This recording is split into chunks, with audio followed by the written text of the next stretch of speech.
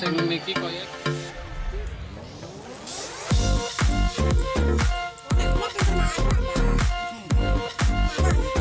apa ki?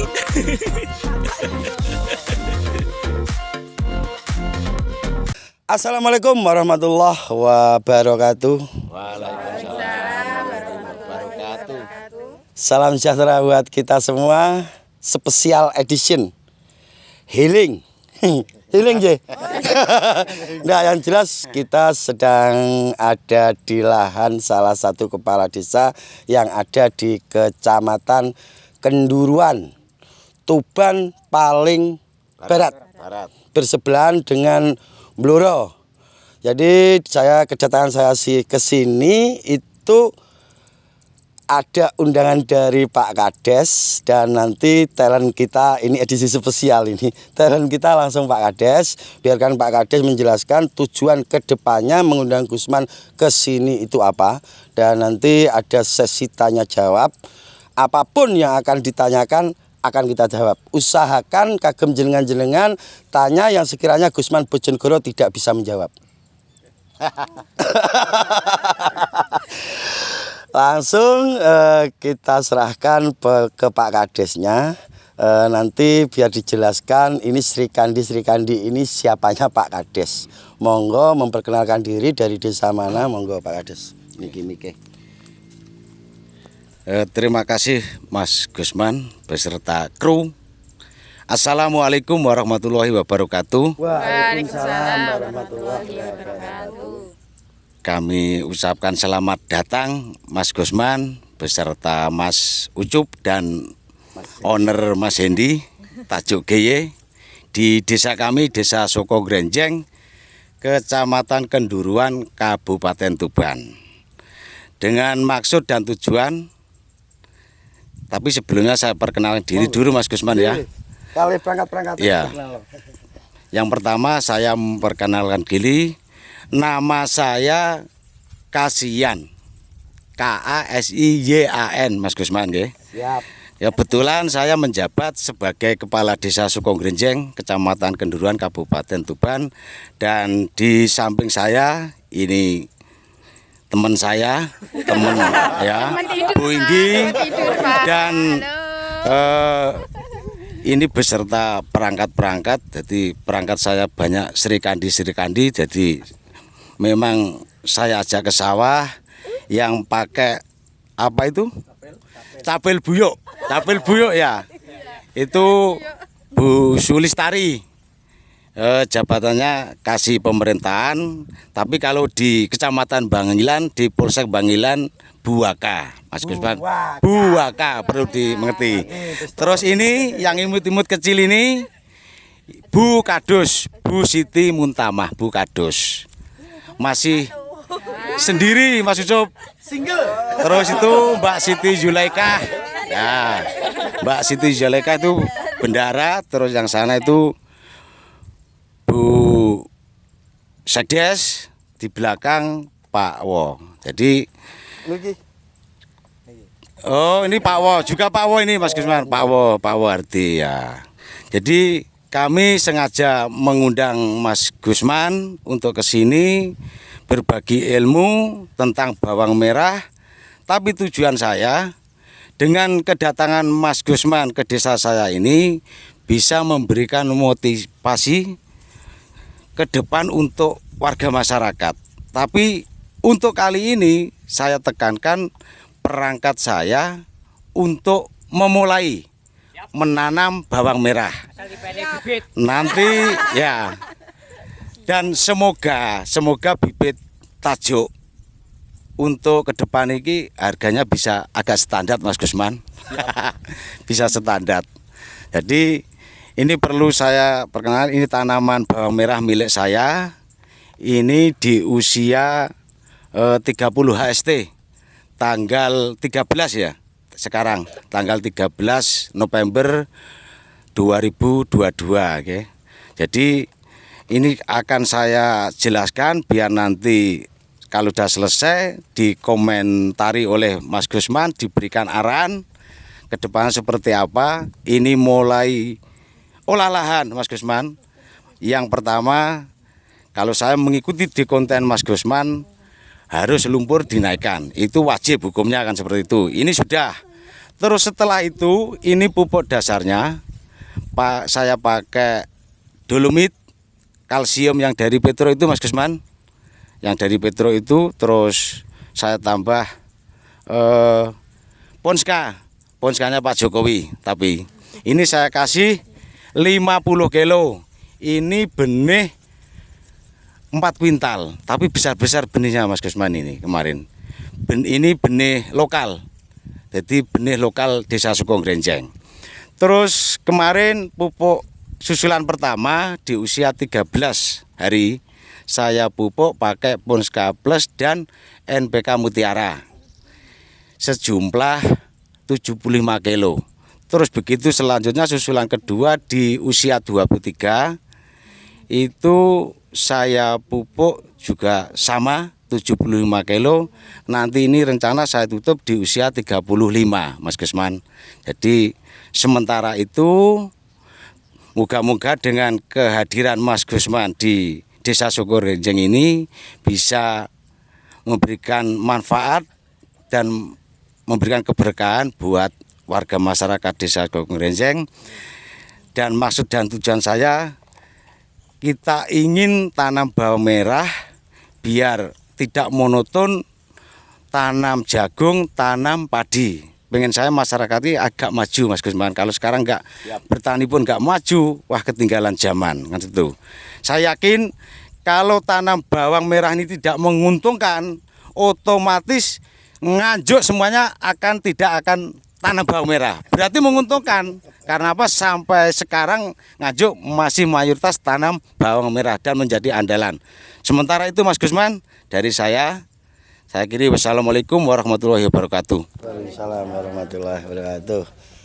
Jadi sebelum saya mengomentari ini mumpung ini kesempatan Pak Kades Jadi untuk perangkatnya dikasih waktu mau tanya atau mau sekedar say hello monggo. Jadi kita mulai dari Pak Wo. Pokok mau ditanyakan ini namanya siapa atau apa gitu monggo. Monggo. Oh Pak Wo mriki Pak Wo. Pak Wo mriki. Sudah. Oke. Untuk Sri Kandinya ada yang mau nambahi? Mboten. 86. Oke. Untuk pertama kita komentari yang jelas kedatangan Gusman Bojonegoro ke sini itu belajar bareng. Tidak ada maksud untuk menggurui karena di tanaman horti khususnya bawang merah itu tidak ada yang master, tidak ada yang pintar. Mengutip kata dari Mas Ucup, sesenior apapun kalau tidak mau belajar dia akan tumbang. Sejunior apapun kalau mau belajar dia akan bertahan. Karena setiap musim itu beda-beda permasalahan, beda cara pengobatan. Jadi yang jelas ke sini kita sharing ya Pak. Karena pada dasarnya ilmu itu luas sementara pengetahuan kita itu sangat terbatas. Jadi kita jangan sampai menyalahkan salah satu versi. Kalau mau ambil dari versi Gusman Bojonegoro dan itu ada manfaatnya pakai, yang tidak manfaatnya singkirkan. Jadi tidak ada gontok-gontokan, wis gak usum. Kita itu butuh maju, bukan butuh debat, apalagi debat kusir. Jadi tidak boleh mempertontonkan kehebatannya kalau dia lebih hebat dari yang lain. Karena tadi yang saya bilang ilmu itu benar-benar luas, sementara pengetahuan kita itu sangat terbatas. Wong kita itu ngelihat di belakang jagung ini saja ndak terlihat. Jadi pengetahuan kita itu sangat terbatas. Oleh sebab itu untuk teman-temanku semua yang punya kemampuan itu berbagilah ke sesama. Karena dengan seperti itu nanti petani Indonesia itu bisa maju. Dengan kita berusaha, saya dibantu oleh Mas Hendi G. Untuk saat ini setidaknya Mas Hendi, saya dan Mas Ucup itu sudah sedikit membantu petani untuk melaporkan supaya tidak ada impor. Dan saya punya penjembatan langsung ke pihak menteri. Alhamdulillah ada penjembatani, ada yang jembatani dan sampai saat ini tidak ada impor.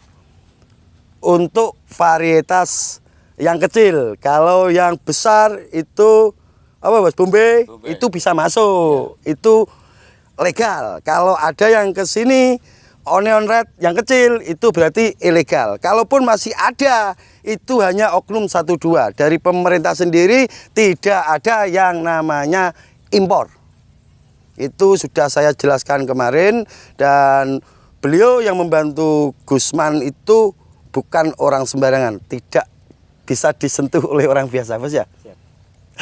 Dan alhamdulillah tidak ada impor. Oke, kita masuk ke tanaman Pak Kades sedikit. Saya koreksi aja Pak J. Oh ya, silakan. Perlu harus. J. Banyak. Banyak. Nanti kalau banyak kasihan Sri Kandinya. Kasihan Sri Kandinya.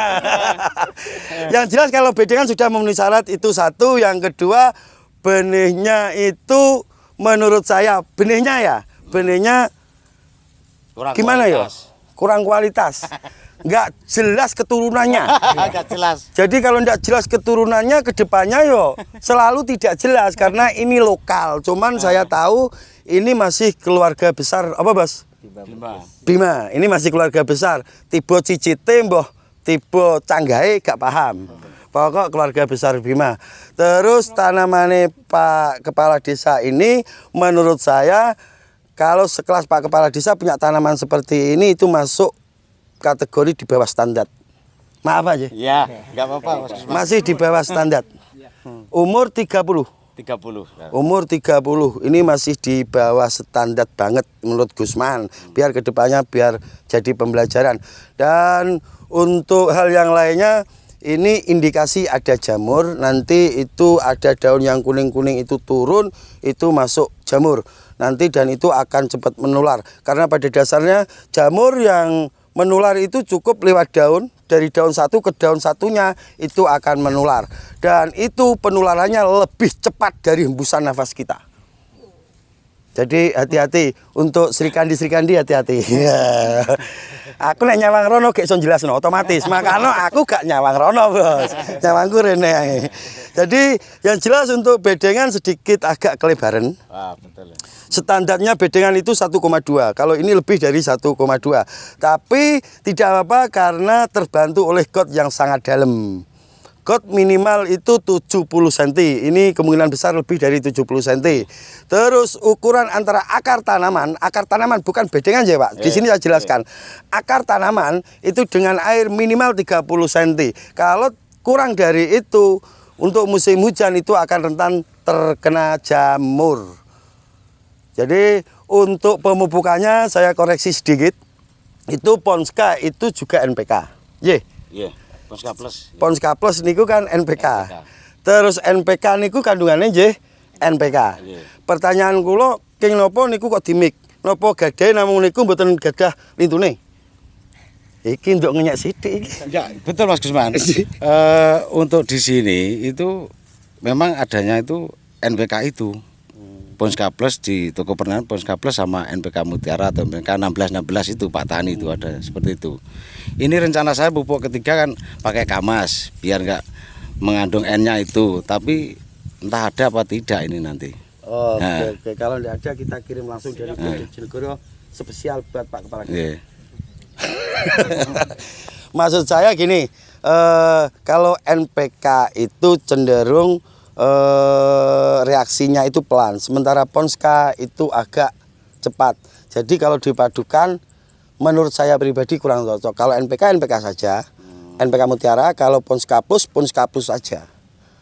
Nggak boleh campur. Nggak boleh dicampur. Pada dasarnya seperti ini. Tapi ini kalau menurut Mas Gusman nanti pupuk penutup pakai apa? Pupuk penutup itu musim hujan itu sebenarnya KCL bisa, tapi itu agak rentan, agak bahaya. Karena pupuk KCL itu kalau kena daun dia akan merusak daun. Landep basa Jawa nih. Kan seperti busuk gitu atau gimana? Ya. Karena ada pupuk mentahnya di situ. Kandungannya kan kalium sama klorida. Itu kalau untuk musim kemarau bagus. Kalau untuk musim penghujan saya itu paling suka pakai Kamas maupun ZK. Tapi hati-hati jangan sampai overdosis karena Kamas itu kandungan kalium tunggal. Jika overdosis maka tanaman kita akan menua sebelum waktunya. Ya itu kurangnya berapa tuh? Kalau istilah lahan seperti ini Kamasnya berapa ini? Di sini saya jelaskan. Jadi biar jelas kalian biar gamblang. agak sabar Bu Sri Kandi, nanti habis ini kita makan-makan. Ah. Nanti saya yang jawab, yang nanggung Pak Kepala Desa.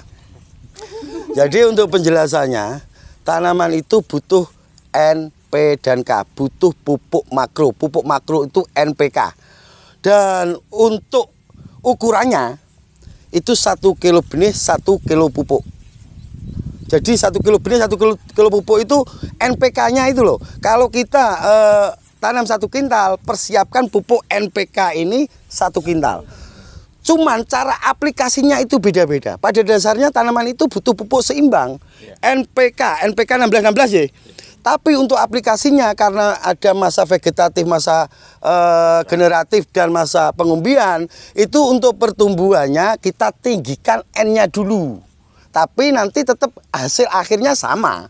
Tetap NPK 16-16. Maksud saya gini, kalau pupuk pertama pakai NPK 16-16, kita tambahi N-nya itu dari ZA atau dari apa? 10 kilo katakan, kita tambahi 10 kilo di pupuk pertama. Di pupuk kedua kita tambah fosfatnya juga 10 kilo. Di pupuk ketiga kita tambah kaliumnya juga 10 kilo. Jadi ukurannya tetap berimbang. Cuman cara nambahinya. Yang pertama kita tinggikan nitrogennya. Yang kedua kita tinggikan fosfatnya. Yang ketiga kita tinggikan kaliumnya. Tujuannya untuk pertumbuhan N biar cepat. Untuk fosfat itu untuk batang, untuk kedua. Dan yang ketiga kalium kita tinggikan itu untuk pengumbian. Kenapa kita butuh pupuk berimbang? Biar tanaman itu tidak gampang terserang penyakit. Jadi kalau mau pupuk cuman asal pupuk, bawa pupuk, mending tanam jagung, jangan tanam bawang merah. Karena petani bawang merah itu harus setingkat di atas petani padi lah. Jadi paham tentang bahan aktif, paham tentang cara mupuk. Jika mau mupuk pH drop, bawa pulang pupuknya. Naikkan dulu pH-nya. Baru bisa mupuk. Kalau main asal mupuk, main asal spray, itu menurut saya buang-buang uang. Jangan sampai yang sakit kepalanya kita minumi Promak.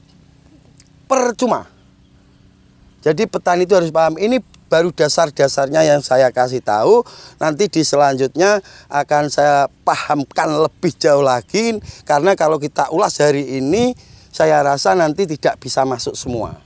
Pupuk itu ada makro, ada mikro. Ada pupuk makro primer, ada makro sekunder. Jadi bawang merah itu butuh itu semua, tapi jangan sampai berlebihan. Mintai pas. Jadi makan kalau kewarken juga tidak enak. Jalan tidak pati sehat. Jadi sedingan. Mas Bos, Sandy mau nambahi? Nah, saya bicara nanti sampai jam 3 sore betah. Ini Pak ya, kalau memang pupuk makro yang asli alam itu dari unsur apa yang paling bagus? Oke, ini loh Job. Gawe pertanyaan sekiranya Gusman Bojonegoro gak iso jawab. Tapi Gusman Bojonegoro akan selalu bisa jawab. Pupuk makro yang dari alam itu kalsium Pak Nji. Niku tergolong makro sekunder.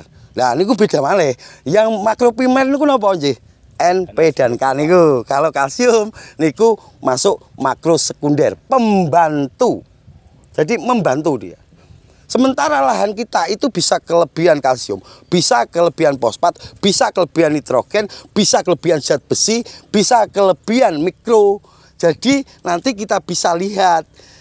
Paling gampang kalau kelebihan seperti kelebihan sulfur, kalau habis kita siram itu muncul hifa putih, itu biasanya kelebihan sulfur. Kalau kelebihan kalsium, tanaman itu warnanya tidak bisa hijau muda tapi hijau tua. Seperti itu. Dan nanti kedepannya akan saya kupas tuntas khusus untuk warga Sokong Genjeng. Jadi kita mulai dari Bawarian Pak Nje. Jadi kita masuk nanti untuk kedepannya masuk ke mikroba, ke bakteri semuanya. Jadi nanti kedepannya lebih bisa ngirit pupuk karena ada pemberian bakteri, ada pemberian mikroba. Ngaten Nje? Iya. Jadi nanti kita jelaskan lebih komplit lagi. Ya coba ya, nanti akan diwakili Mas Ucup yang menjelaskan. Monggo Pak Wo, mau ditambahi? Nek cukup ya semeh padha Ucup. Ya, monggo. Kalau bawang merah, tanam bawang merah seperti di sini, kalau katanya Mas Gusnang kan katanya ini di bawah standar. Kalau di sini ini sudah di atas standar. Wah, kalau ini pertanyaan gampang jawabnya, Pak. Kenapa? Jarang yang berhasil seperti ini. Oh, Gitu. Nah ini sudah oke. bagus atau tani sini loh. Oh, Ya, Dan, terima kasih. agak sedikit tidak sesirkel dengan Gusman Bojonegoro itu kalau sidak lahan sebagus apapun tanamannya pasti akan dicela. Wajib. Wajib ya. Sebagus apapun. Jadi kita tidak akan pernah bilang tanaman jenengan bagus enggak. Nanti kedepannya tidak akan pernah bisa belajar. Dan pasti ada celahnya. Tadi juga ada celahnya, ada jamur 1, 2 itu patogen karena kita bertani berkelanjutan harus diambil supaya kedepannya lahan kita itu sudah steril. Kunci sukses tanam bawang merah itu ada di olah lahan yang maksimal, benih yang kualitas. Jadi pelajari dulu tentang olah lahan dan benih yang kualitas. Tetap pada slogan kita berbagi tak akan mengurangi ojo bosen to mindak becik. Biasanya nang ini sampai ditutup bos, nek nambahin nang nambahin. Bentar Mas Gusman. Monggo. Nggih, nun sewu nambah sedikit Mas Gusman nggih. Monggo, Pak. Mumpung ketemu ini ke depannya ini yang saya ajak menanam atau menemani saya menanam bawang merah ini Pak Wo Kadono sama Buwo. Sama Buwo Suko ini Buwo ini Mas Gusman. Karena apa? Nanti saya kira Buwo ini kalau saya amati spekulasi ini itu berani. Nanti kalau kita ajak sareng-sareng atau bersama untuk nanam bawang merah dan bibit nanti dari Tajuk GY ini Mas Hendi Buwo nanti kalau kita menanam tinggal kontak bibit berapa nanti enak. Jadi kalau Tajuk GY yang saya amati memang berkualitas. Saya nggak muji tapi kenyataan seperti itu. Seperti itu. Itu Mas Gusman. Oke, terima kasih. Bahwa ada yang mau ditanyakan lagi, yang grundel, yang masih ada yang grundel monggo ditanyakan. Oke, Buwo, enten sing grundel? Oh, mboten. Bos Hendi sampun? Oke, nanti akan kita lanjut karena kita habis ini mau ngerencak panggang ayam, guys. Ingko. Oke, dari kami, saya pribadi Gusman Bojonegoro, berikut sang kameramen Mas Yusuf Wijayanto dan sang owner Tajuk GY, berikut Pak Kepala Desa Pak Kasian beserta Ibu Kepala Desa dan seluruh jajarannya. Apabila ada kata-kata yang kurang berkenan, mohon maaf yang sebesar-besarnya. Wabillahi taufik walhidayah waridaya. Wassalamualaikum warahmatullahi wabarakatuh. Waalaikumsalam warahmatullahi wabarakatuh.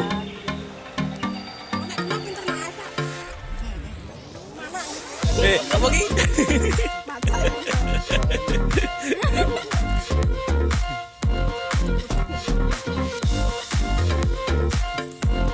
Ay, gawa mas.